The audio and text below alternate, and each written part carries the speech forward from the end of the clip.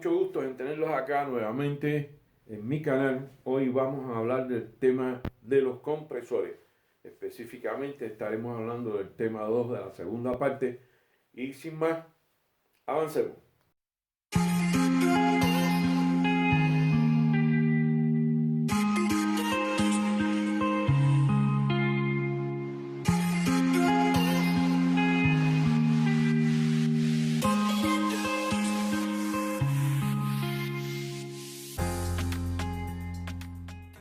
En el video van a ver la clasificación de los compresores. Los compresores van a ser de desplazamiento positivo y dinámico. ¿Por qué? Porque ahí en esa parte de los compresores entran los ventiladores, o sea, lo que conocemos como ventiladores centrífugos, ventiladores axiales, que son compresores dinámicos usados para bajas presiones. Obviamente no es para sistemas de aire comprimido, sino más bien para sistemas de ventilación u otras funciones.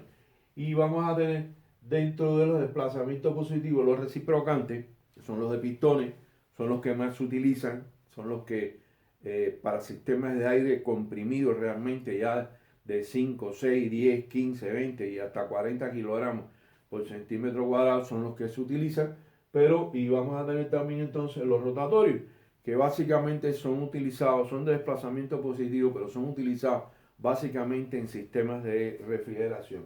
Y dentro de los rotatorios y los reciprocantes, vamos a tener de simple efecto, de doble efecto o de triple efecto, los hay incluso. Y vamos a tener en los dinámicos los centrífugos y los axiales, como ya expliqué. Pero los centrífugos y los axiales no se utilizan en sistemas de aire comprimido de alta presión. Son sistemas de aire comprimido de baja presión. Por lo tanto, no vamos a dedicar mucho tiempo a lo que son los compresores de tipo dinámico. Ya los vimos y lo veremos a ver un poco en el sistema de refrigeración o climatización básicamente. Y vamos a referirnos fundamentalmente a los compresores de desplazamiento positivo y dentro de los desplazamientos positivos a los compresores reciprocantes o de pistón.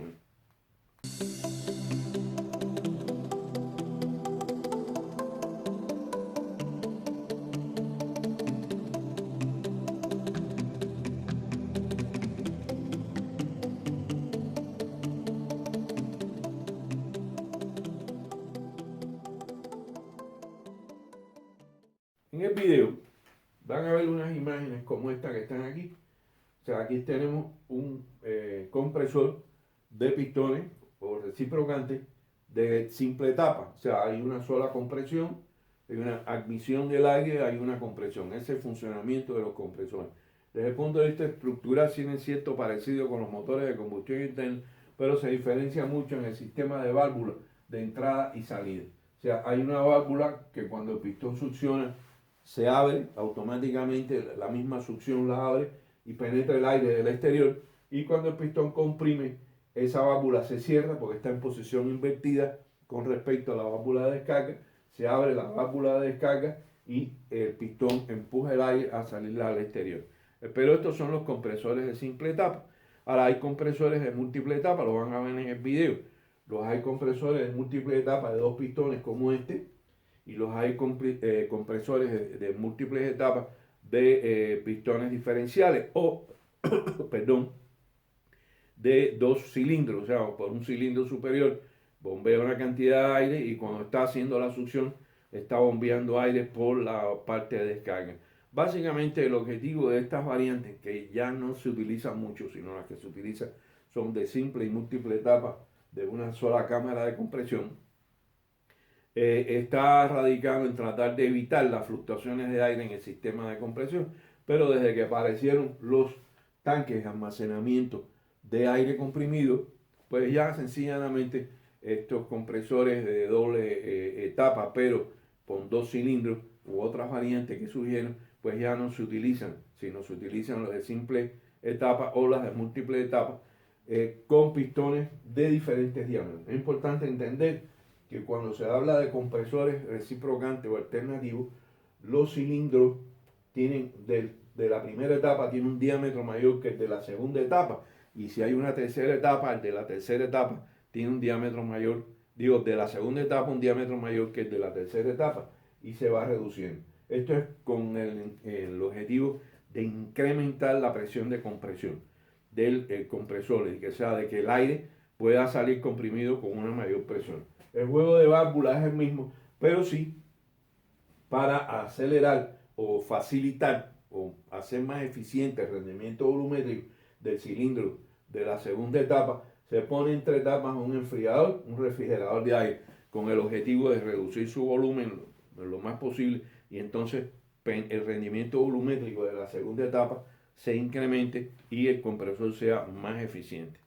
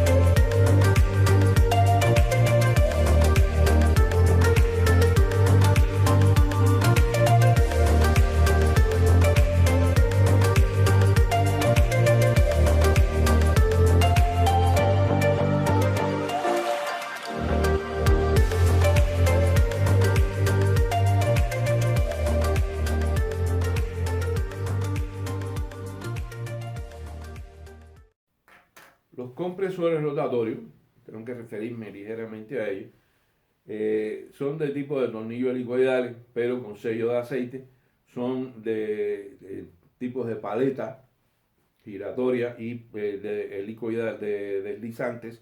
O sea, cuando está comprimiendo una paleta se inclina, lo van a ver en el video, hacia la parte superior y después, como no gira concéntricamente, pues las paletas se van deslizando hacia un extremo u otro, garantizando la compresión del aire.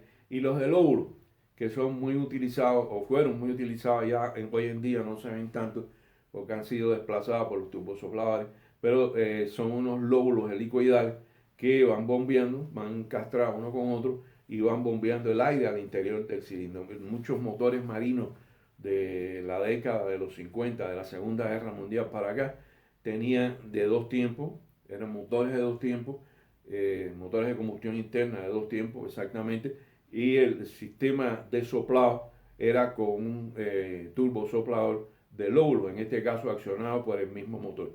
Pero con el tiempo que se fueron desarrollando el tamaño de los motores, surgieron los turbosopladores o los turbocompresores, que son sopladores o son compresores que aprovechan el aire, el gas de la combustión, perdón, los gases de la combustión caliente, y en un extremo tiene una turbina y en el otro extremo tiene el compresor. Entonces, para asegurar la entrada del aire a los cilindros, los motores tan grandes de alta potencia no es posible hacerlo si no es de esa manera. O sea, se aprovecha el gas de combustión, esto mueve una turbina y a esa turbina está acoplado por el mismo eje, está acoplado las paletas de un compresor y pueden llegar a ser turbosopladores muy grandes, muy grandes.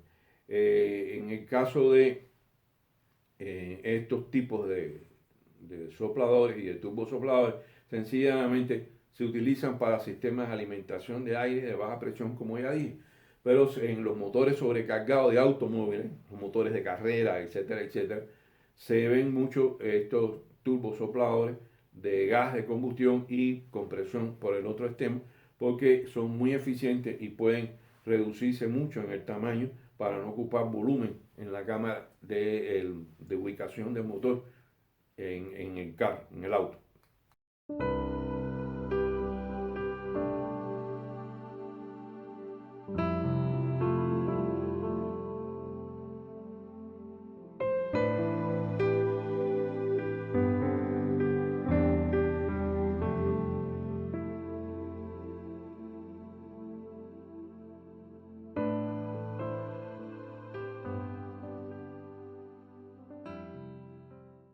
Los compresores de pistones, compresores alternativos, los compresores reciprocantes, van a tener un ciclo de trabajo que se asemeja al de los motores de combustión interna.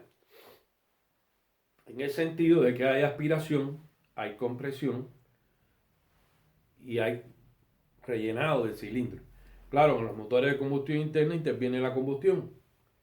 Cuando dimos el curso de motores y hablamos del ciclo teórico y real de motores de combustión interna, hablamos del diagrama presión-volumen. Ese diagrama lo tenemos acá. El diagrama presión-volumen es lo que caracteriza la presión que hay en el interior del cilindro del compresor en función del desplazamiento del pistón y el volumen que se provoca en el interior del cilindro. Aquí tenemos, por ejemplo, vamos a reflejarlo en rojo, esta línea de aquí,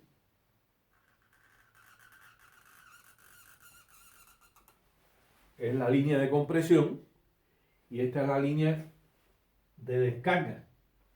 Vamos a reflejarla en azul.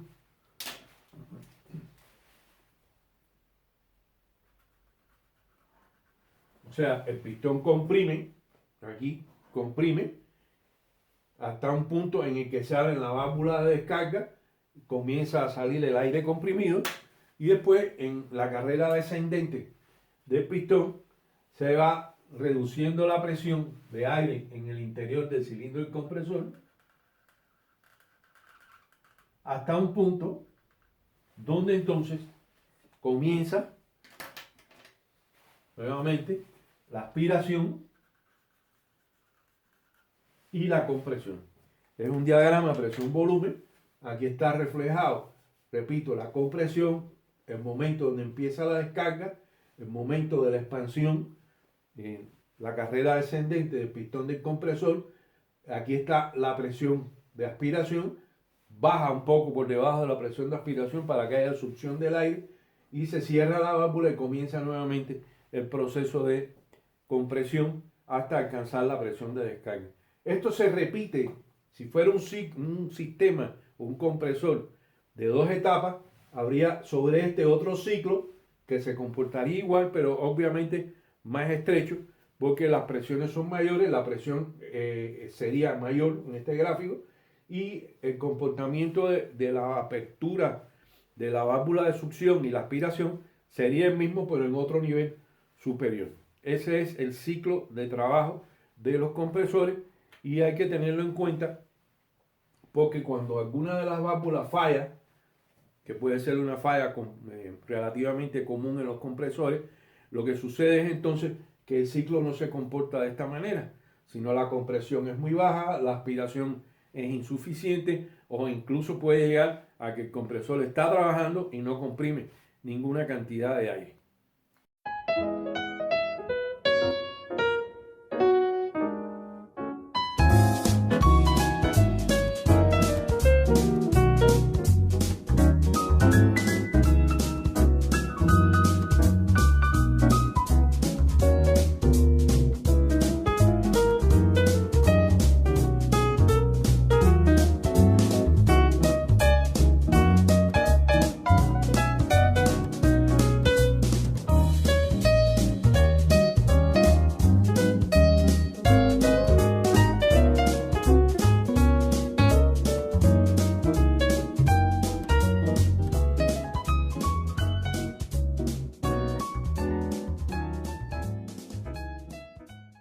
El rendimiento de los compresores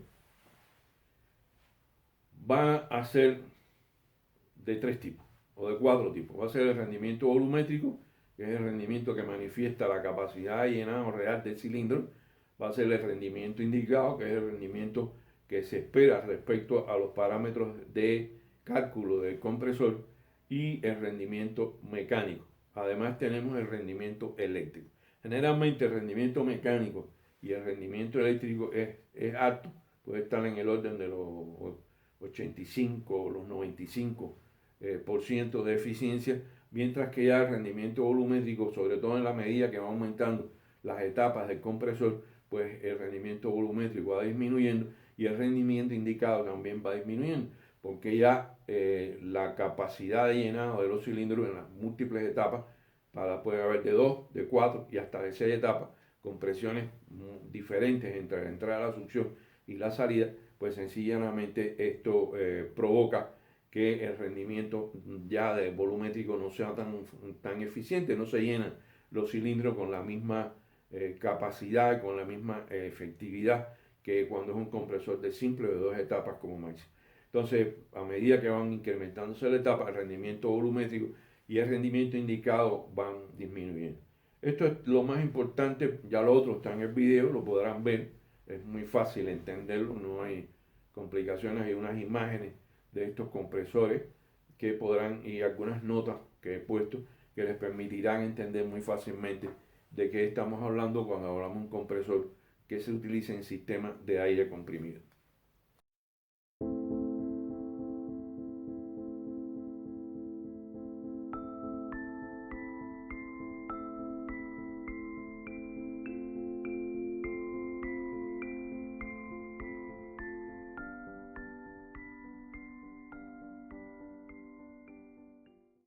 Con esto terminamos el tema de hoy, que es los compresores.